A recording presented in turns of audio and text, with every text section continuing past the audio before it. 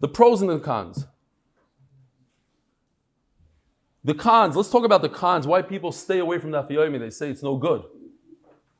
They say that you don't retain much. You're learning so much, you don't retain. It's a good taina, a very good taina. And to that I say, if every day you retain one idea, one concept, you learn one new halacha, just for that it's worth it. They say, you go too fast. We're going too fast. I learned in yeshiva. We did 2 daf in 6 months. What's this, a daf a day business? So when I was in the 5 towns, I was introduced to a Talmud Chacham over there, who spent his entire life up until recently in chinuch, and he went out to the workforce. He's in his 40s, went out to the workforce. And his wife told me that he doesn't really have time to learn Torah. So I started shmuzing. I said, no, maybe you should join the daf. He said, daf. You go too fast. It's way too fast for me. So I said, okay, I'll make you a deal. If you could answer this question, then you don't do the daf. He said, besides the carbon Pesach on Pesach, how many karbanos is one mechuyev to bring on Pesach? Didn't know. So the guy that's been learning his whole life, didn't know. I said, you heard about carbon chagiga? Yeah, I know it. I said, how many are there? I don't know.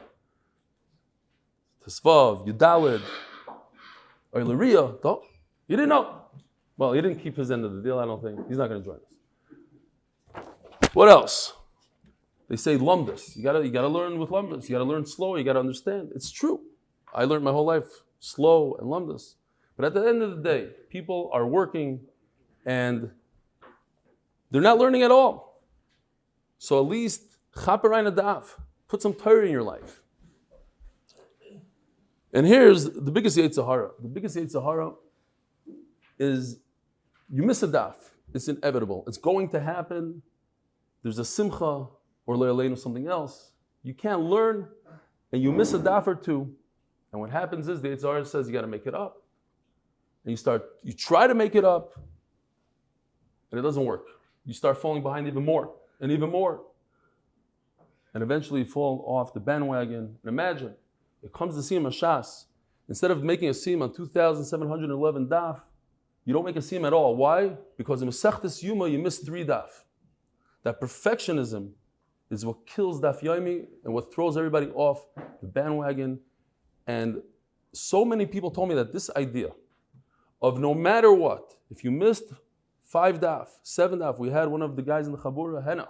His brother was nifta at a very young age and he sat Shiva for 7 days. And he told us that immediately after Shiva, he jumped on board to where the daf is holding. Like we preach every day. And Baruch Hashem, by the time Sachem was over, he made all the 7 daf up. That's the way to do it.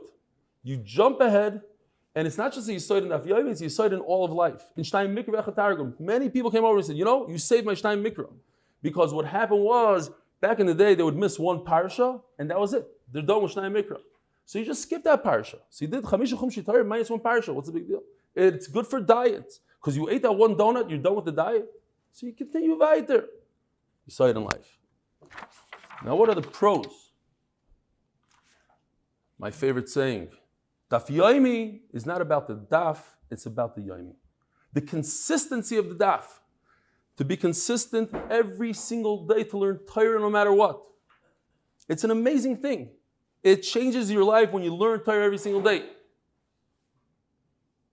You don't have to worry about your chavrusa not showing up. You don't have to worry about oversleeping. There's no chavrusa. You're doing the daf. Everybody's doing the daf. The consistency. You're doing it on Yom Kippur, and you're doing it in Disney World. You're doing it on Sundays. You're doing it everywhere, any place. You're always learning. Every day, no matter what, you're learning. It's an unbelievable thing. If I wasn't doing the daf right now, I wouldn't be learning because I showed up from America just a few hours ago. But you have to do the daf. The consistency. Right over here. It's guaranteed to change your life. It's guaranteed to make you a better person. Ask anybody. The number 1 comment that I got in America now, people came over to me, you changed my life. I didn't change your life. The Torah changed your life. When you learn Torah every day, your life changes. You become a better father, a better husband, a better business person. a better person. And the achdus, the unbelievable achdus that it creates within the shir. When Sruli Gordon in Lakewood, Nebuch lost his 8-year-old son, the amount of achdus that was shown, he wrote us an email that that's what kept him going during Shiva. People drove 4 hours in each direction to get to see him. A Lubavitcher from Crown Heights that never met him drove 2 hours to see him. The emails, somebody sent a kayak for his son, the computers, the gifts, the whole camaraderie, the achdus was unbelievable. And it's not just him. When Steven Sokolow was in the hospital, the 40-year-old with COVID, there were people that called him twice a day, and he said that brought him back to life. So the achdus, the camaraderie is unbelievable. And it's not just our daf. It's any daf that you learn. You can go to any shul in the world and pick up a shir there, and it unites Klal Yisrael as a whole. And especially our shir, that we have such achdus, such variety of people. You should have seen in Muncie, from the Kippas Rugas to the Kras the Pious, to the long beards, no beards, this kippah, that kippah, it didn't matter. We were all there doing one thing, learning Torah, dancing in the same circle. It was unbelievable. Tremendous achdus, tremendous mishpacha. Shas, I just want to finish off the list there. Shas includes everything. As Taisa says, it includes Torah, Nevi'im, Ksuvim, Halacha, Agada, everything. So when you learn the daf, you're learning all of Torah, Nigla, Nistar, everything. And, as I mentioned before, every single daf almost has something new in it. A new concept, a new halacha, a new idea.